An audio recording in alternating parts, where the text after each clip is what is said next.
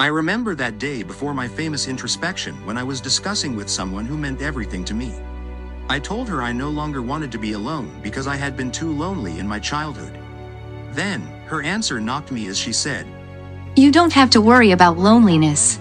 You were born alone. We all come alone and go alone." At that time, I was shocked. Even if I thought what she said was true, it was hard for me to hear these words from someone for whom I wanted to be there always and who I always wanted by my side. However, I thought more deeply about what she said during the introspection, and crazy thoughts kept flowing in my mind.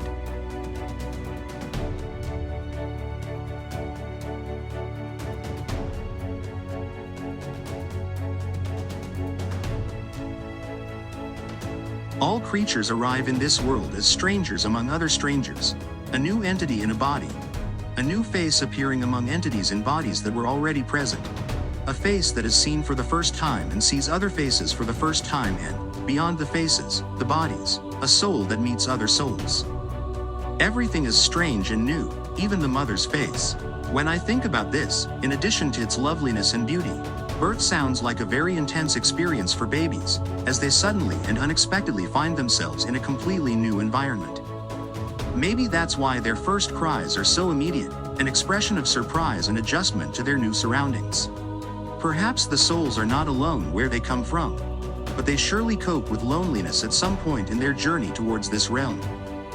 Birth is the first act of courage for a creature, an overwhelming experience for the newborn, the mother, and the people who await the baby.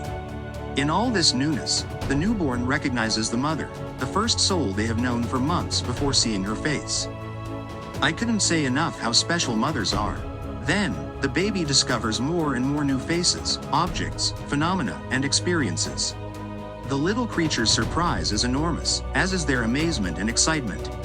The baby is wowed, wondering, "Where am I? Who is this? And what is that?" without being able to ask. They are knocked by tons of discoveries. Indeed, anything we see for the first time is impressive. Then come habits. As we repeatedly see or experience the same thing, what was once new and extraordinary becomes ordinary.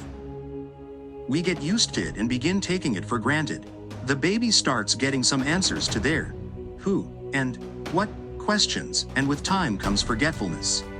The tremendous amount of information the brain processes causes outdated and unnecessary data to drown down and make room for new information. To summarize, the baby's soul arrives alone, gets a body, and then begins to familiarize itself with people, objects, environments, and phenomena that are initially strangers to them, just as the baby is also to them. Then, after the discovery and familiarity, the newborn establishes a relationship through some knowledge that leads to trust or caution. As they grow up, the baby continues to meet more strangers to whom they are also strangers, trusting some of them and distrusting others. Every person we know, whether family members, friends, spouses, or partners, has been a stranger to us at the beginning of the relationship, and we have also been a stranger to them. But before the strangeness, we all came from a singular source: God. Family is the crucible of familiarity, where familiarity is nurtured and meant to be founded and found, allowing strangers from the same root to connect and share a unique and privileged bond. Familiarity is the essence of family, thus the word. Then, with the familiarity or acquaintance that results, the feeling of being a stranger fades off, and so does the original loneliness of that soul. With birth, the learning process starts with accumulating sweet and bitter memories. The oblivion of some past experiences also follows, and maybe the necessity of forgetting the information about where they come from, so they don't disclose the secret, is why human babies can't talk in their early days. Maybe when their souls arrive in this realm, they remember too many things that should not be told. Perhaps they are muted until they record enough new information to forget about the deep secrets of their origin when those become outdated or unnecessary enough to get cleared off.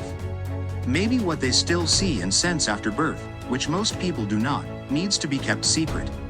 Who knows what humans, with their thinking and transformation skills, could decide to do if they accessed such knowledge. You don't have to worry about loneliness. You were born alone. We all come alone and go alone. You don't have to worry about loneliness.